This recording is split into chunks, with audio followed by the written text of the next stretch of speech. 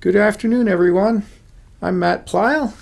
I'm going to introduce our lightning round presenters. These are short presentations that are infomercials of sorts and to entice you to watch the longer presentations. I hope you find them enjoyable and informative, and hopefully it'll give you a good idea of which ones you want to watch, the longer versions. So to start off with, we're going to have Peter. He's going to talk about the Journal for Advanced Technological Education. I encourage all of you to consider submitting to that. We have, and in fact, on the inaugural issue, I believe we are the first paper to be presented. You will be able to get paper versions of this at the High Tech Conference. Then Caitlin's going to talk about Again and Better, or should I say Again but Better. Robert's going to tell us about failure analysis education and some of the work he's doing around that. Greg Kepner will be mentioning the ATE mentoring opportunities. These are great opportunities for those of you who are new to writing grant proposals. These people are really good at helping. And Peter will be the other end of the bookends. So Peter's our bookends for this short presentations. And he will present a little bit about his Talking Technicians podcast. I encourage all of you to view those podcasts or listen to them. So make sure you go to the website and explore all of these and other presentation links and slides. Feel free to copy links and use them in your classes if there's some interesting things you want to focus on. So without any further ado, I'm going to let the rest of the gang pitch their wonderful ideas and provide you with the resources to make all of us better at teaching micro and nanotechnology. Hi, it's Peter from JATE, Portland Community College, and MNTech. JATE is the Journal of Advanced Technological Education. Right now, you can read a hard copy of JATE. We published a hard copy of our first issue. If you want a copy, just send us an email. You can also read all JATE articles online. Here's an article in our first issue that's about micro-nano. If you want to submit your own article to JATE, go to MNTech's website and look for Journal. We're always looking out for that next great submission. And if you need some help, join our writers or reviewers group to learn about how to write and how to review peer-reviewed articles. If you need more help, we've got a professional development workshop coming up this September. So please send us an email if you're interested in submitting an article, learning how to write, learning how to review, or if you need more help. Hi, everyone. My name is Kate Kramer, and I am going to take a few minutes to tell you about the live session presentation that I'll be giving next week, titled Again But Better. Taking a look at how to add value on a second, or in my case, a fourth trip to the SCME clean room. So back in 2019 was the very first time that I went to the SCME clean room. I took 8 students. I went along with Andy Bell, who is my department chair, and we went through the standard pressure sensor workshop that SCME puts on, working with 2 of the grad students down there. It was a great experience. It was a wonderful opportunity for the students and for us as faculty to go through and get this hands-on experience. And it was a fantastic opportunity that we wanted to be able to continue to offer to students in future semesters.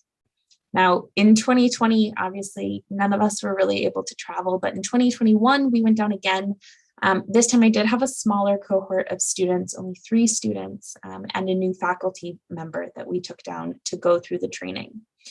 Even though I'd been through the pressure sensor workshop before, it was a really good refresher.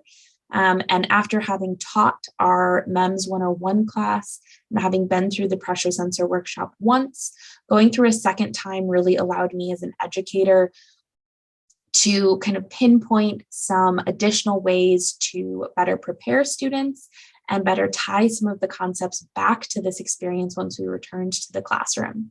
And so going through this experience a second time was actually really valuable, and I was able to help usher the students through that process.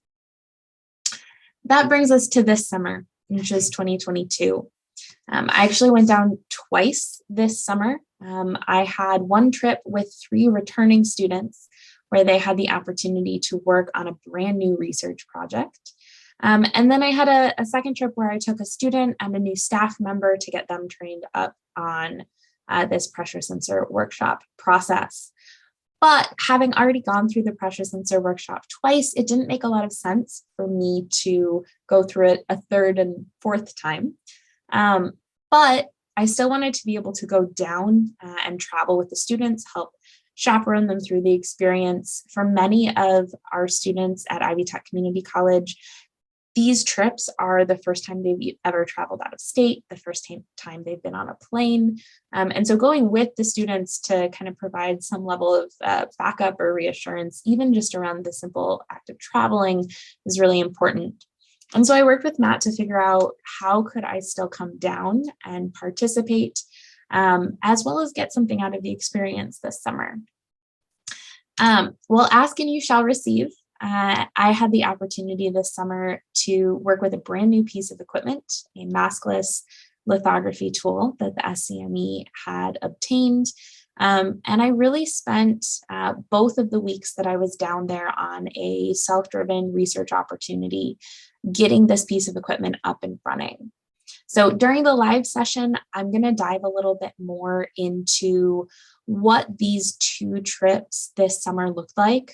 First, the process of bringing down a group of students for a second trip, what that second opportunity brought, what they were able to do, and how it really built on the first summer's opportunity.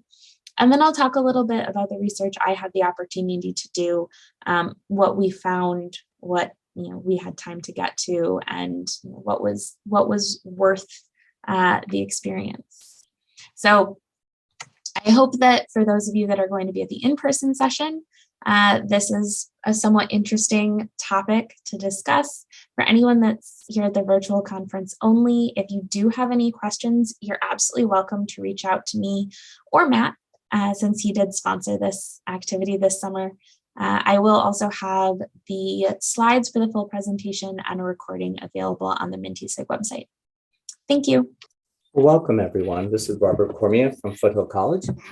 And today I'll be talking about semiconductor materials characterization. This is our lightning round, and so we've got to be efficient here. I'm a full-time faculty member. I teach chemistry and also developed the nanoscience program at Foothill College in 2009. Materials characterization and failure analysis are critical in semiconductor research and development, process development and optimization, and failure analysis. This presentation will review the role of skilled technicians in materials characterization and failure analysis, the types of instruments used in characterization, and the KSA inventory, the knowledge, skills, and abilities of technicians.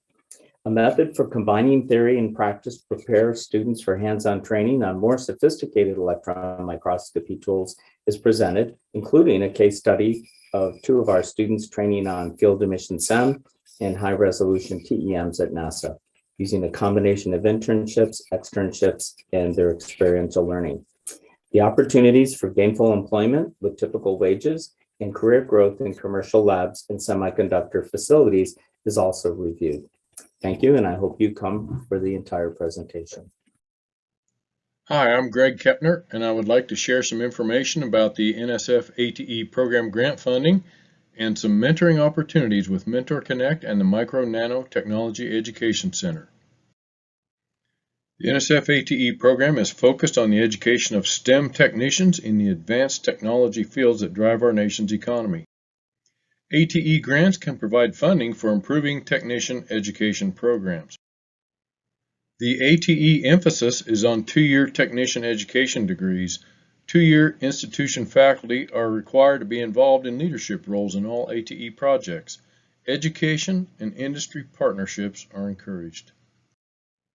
There are lots of technologies supported by the ATE program, including the ones listed on this slide, plus many more. There are 5 ATE funding tracks.